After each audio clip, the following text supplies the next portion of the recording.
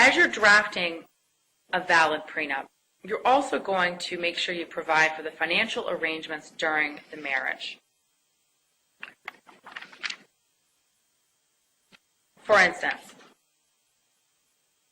a lot of clients will come to you and say, we each have our own retirement accounts, we each have our own checking accounts, savings accounts, money market accounts, brokerage accounts, etc. We don't want to change the nature of those. We want to keep those separate property. And that's fine.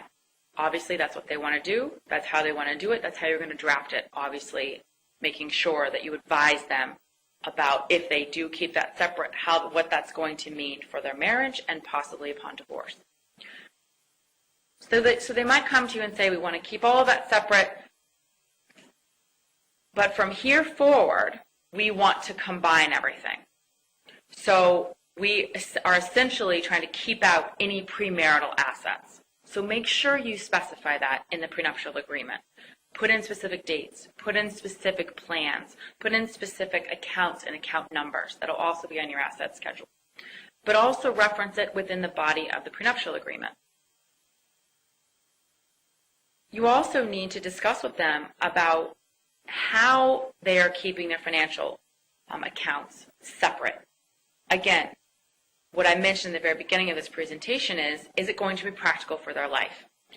If they're going to have one household, they want to have both parties contributing to that household.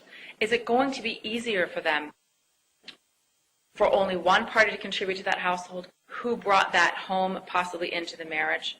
Are they buying it together? It might not be practical at all to only have one party paying for the house, for example, and then getting reimbursement from the other party. That might not be practical. That's a lot of times not a good way of living.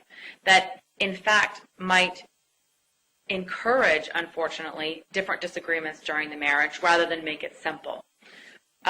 So you want to provide for their financial arrangements in the prenuptial agreement, because if they're not able to make it practical, if they're not able to abide by it, if they start commingling funds, when you get to a divorce, if it ever gets there and they're dissolving their marriage, that might be a reason to invalidate a prenuptial agreement if they have not been able to live practically by it and they have then commingled their funds together.